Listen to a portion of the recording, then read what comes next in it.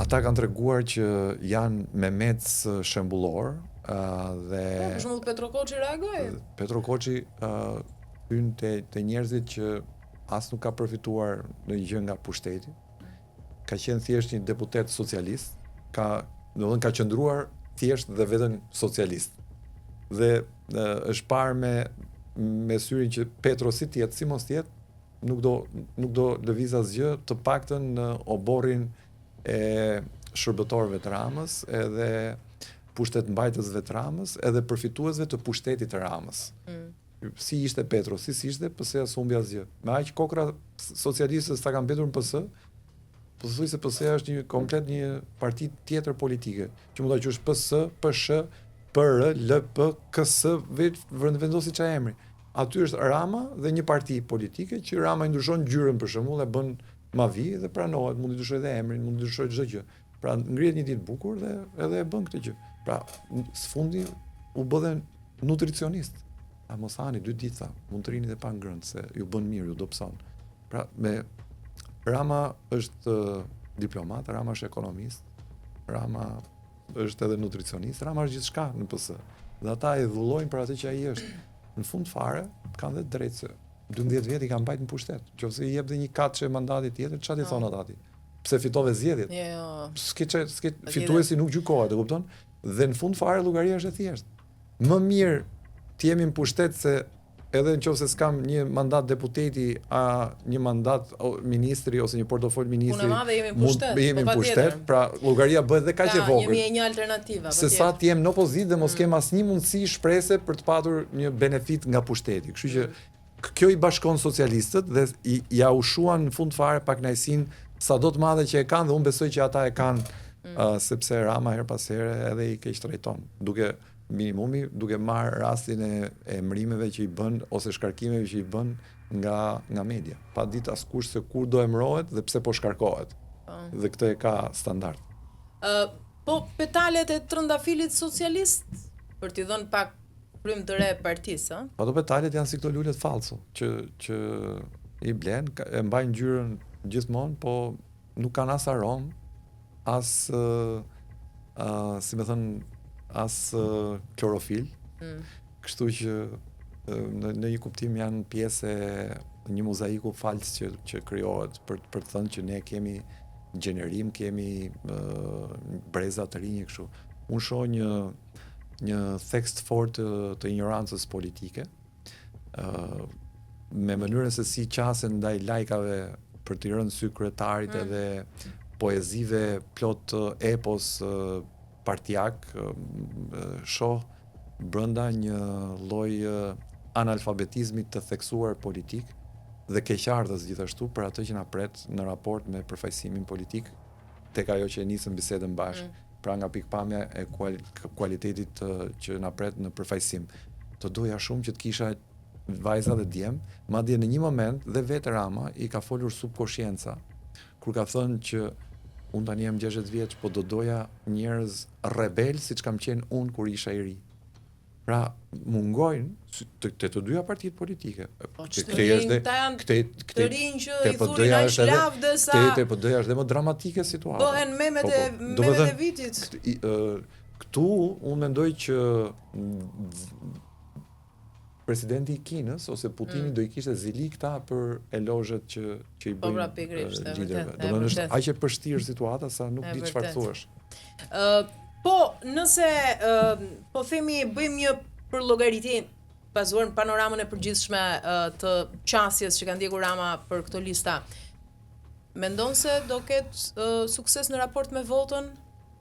Mendoj që vota është e kalkuluar në tavolinë, zgjedhjet e majit janë të përfunduara, nuk po them që janë të manipuluara. Po me këtë gjendje që është opozita, s'kjo opozitë që kemi, dhe vetëm nëse na surprizojnë shqiptarët duke i dhënë besim këtyre partive që ne i quajmë të reja, po që nuk janë. Për mua, nga pikpamja elektorale dhe kalkulimit, kjo është e sigurt, vetëm nëse ndodh një tronditje që nga sqetulla Altin Dumani e nxjerr dosjen e McGonigal dhe i shkon një ditë në zyrë, i thot zotëri, më fal, po duhet vish sot pak me ne se kemi hap këtë çështje.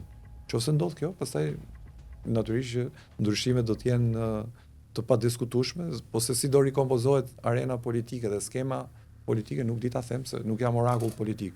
Në këto kushte që jemi, me këtë konsensus të pashkruar dhe të pafolur midis Ramës dhe Berishës në distancë, Berishës i intereson të jetë kryetari i opozitës, të marrë dhe ca leje për Zenin edhe grupin rreth e qarë dhe mos ngacmohet ligjërisht nga drejtësia e re. Pra kjo është sfida. Të dy mos ngacmohen nga drejtësia. Pjesën tjetër politike ata e zgjidhin sepse e kanë zgjidhur që në 2008-ën. E qartë. Po që të jetë për shembull më fair përballë elektoratit të tij të 11 majit. Kush prej tyre? Kryeministri për shembull, Rama. Pse nuk e ka spastruar listën, po themi, nga element që tashmë gjatë dihen që janë hetim nga SPAK. Se ti kërkove për pjesën që nuk dihet. Po këtë fusim tha Enver Hoxha, Beqir Ballukun ato muti, po përdor shprehjen e famshme Beqir Ballukun. Aty tani është bër aq kala. Po të paktën elementet që janë aq shumë se na lejohet në metaforë edhe jashtë kontekstit, pse kur e thua në vendin e dur nuk humbet etikën. Pra në një sens un po të isha Rama, do bëja pastrim, po këtë pastroi përpara se tani i ngel bosh vendi se stresëzimi një raport delikat me drejtsinë për shembull. Degenerimit korruptiv është aq i madh sa që nuk ka nga të kthehet, e kupton? Sepse është bërë kjo punë tani, do të thënë nga ta kthesh. Drejtoresha e korporatës investimeve shqiptare vetëm jep leje ajo. Po iku ato sheja, po ikën ato sheja, na iku dhe ato sheja. Do na ikë dhe Pallati i Kulturës. Këtu tani interesat janë pleksur aq shumë me politikën dhe me qeverisjen sa këtë heqi. Prandaj na duhet drejtësia që të hetoj këto dhe të paktën të hetojnë këto thagmat e mëdhaja. Se unë banoj në Tiranë dhe kur i them njerëzve dëgjoj, jam te ATSH-ja, s'do i them dot më as jam te ATSH-ja, do të thonë kush është ATSH-ja, ku është ATSH-ja, çfarë është ATSH-ja. Po ti thosh njerëzve tani takohemi te Pallati i Kulturës, nuk do të thonë më ku është Pallati i Kulturës se ekziston më. Tani kalojmë pak po humbim referencat. Po. Qartë. Kalojmë pak djathas, koalicioni i ri me se ka djathas. Okay, mirë, në rregull. Tani ashtu quhen. Kjo është temë tjetër pastaj. Ata janë më majtas se majtas, po ne. Partia Demokratike tek koalicioni me 26 parti që u publikua dhe zyrtarisht, listat që i ka dhënë një numër të vogël, po themi aleat dhe më të ngushtë për të qenë në lista, se 4 i ka lënë Partisë së Lirisë, që është më e madhja ndërta. Meta për shembull në listë të hapur, sikurse kërkoi, jo në listë të mbyllur të sigurt. Tani Berisha thotë që ky është koalicioni elitave politike, është më i miri që ka njohur historia. Nëse ka inflacionist politik më perfekt që mund të marrë gjithmonë një çmim të parë, është Berisha. Berisha është njeriu më inflacionist në politikë. Thotë gjithmonë atë që s'ndodh, atë që s'është. Pra, të konsiderosh një koalicion vlerash, parti me kryetar që kanë vetëm shoferin në vete, vetëm Berisha mund ta bëjë këtë gjë. Dhe pse e bën, unë nuk e di, por ka dy mundësi, sipas një logjike të thjeshtë. Ose se nuk do dhe e di që s'do ta marrë pushtetin dhe bën sikur, ose ka mbetur aq mbrapa në kohë dhe pse ka 34 vjet në politikë, saqë nuk prodhon dot asgjë më tepër se sa riciklimi i mbetjeve politike, të cilat i ka ushqyer për dekada me radhë. Pra, çfarë bëri Berisha? Berisha mori prap ca kryetar partish që nuk kanë bërë kurrë zgjedhje brenda partive të veta. Dëgjoti kur ka bërë Partia Republikane zgjedhje? Dhe kush ka qenë rivali Fatmir Mediut?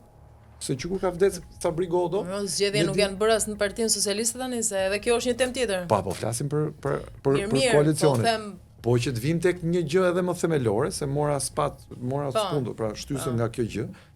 Ne nuk kemi demokraci brenda partive politike. Po pra ka zgjedhë individi dhe jo parti politike për këtë koalicion. Ne na mungon demokracia brenda partive politike dhe me që po flasim për demokracinë, më e tmerrshme është që gënjejnë dhe sy për sy dhe thonë bëm primare një proces ekselent demokratik, ndërkohë Igli Cara deli pari me vota ndurës dhe emërohet në listë. Po mirë, ai e tha, domethënë duket që u vetë përgënjeshtrua, sepse ko më parë tha që procesi i primareve do të vendos lista. Do të thënë kot që Dhe pastaj tha ka nevojë për korrigjime. Po bëjmë sikur pra. Jo, po bëjmë sikur pra. Këtë se unë këtë po i them njerëzve, se unë vetë nuk është se kam pas ndonjë iluzion. Fare, as te primaret për kryetar bashkish, e kemi diskutuar edhe bashkë kur kemi qenë në intervistën e kaluar.